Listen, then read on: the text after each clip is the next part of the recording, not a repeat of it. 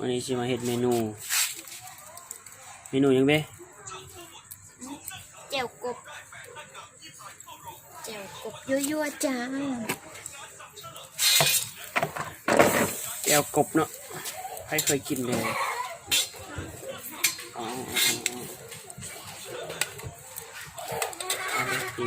ได้ปีไหม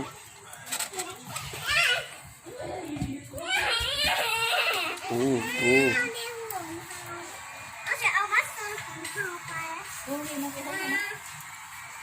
แจ่วกบกับตัว3 ตัว 4 5 6 ตัว มาเด้อขั้นตอนแรก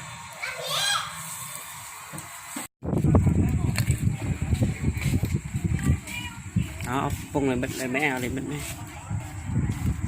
สักคนนะ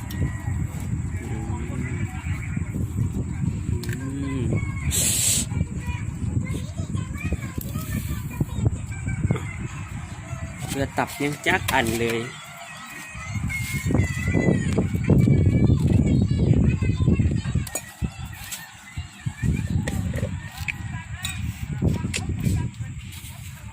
ถูกเลยนัวกินคำหนึ่งด้วยฮอน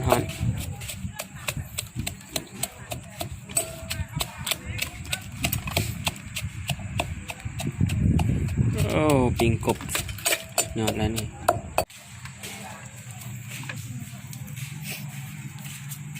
ตำแจ่วกบน้องมันนี่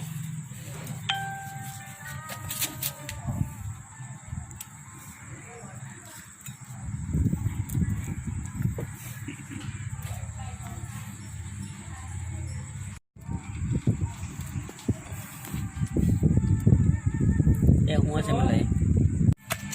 หยอกนะระวังกบทงออกไม่ประตองนั่นก็ได้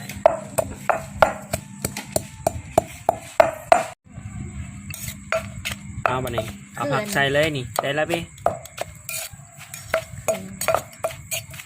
ชิมเหมือนกันจิ้มนี้มันเนาะชิมไหม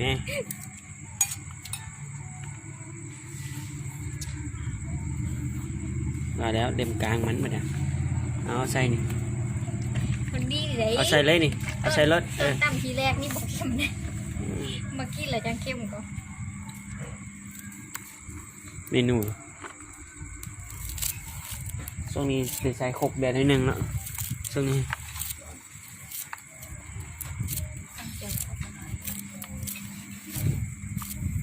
ไปพิงผักนี่ก่อนนี่หอมแผ่วนี่ไปเอาผักนี้ไปใส่ได้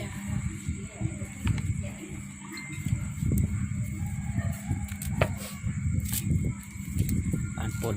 ต่างแต่บนใส่ปลาแดกกับมะเขือใช้ได้ไหมจังเสียบหอมดี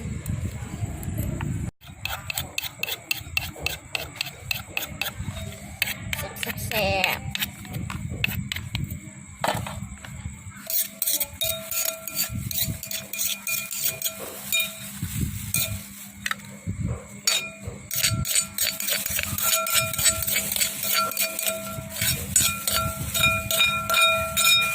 เรียบร้อยเอาแล้วเนาะมากินข้าวบัดนี้เมนู2 เมนู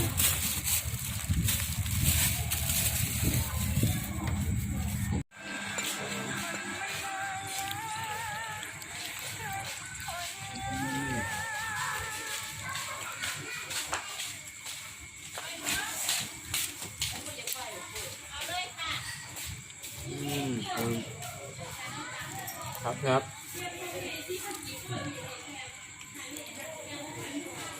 คอเนี่ยมาคอ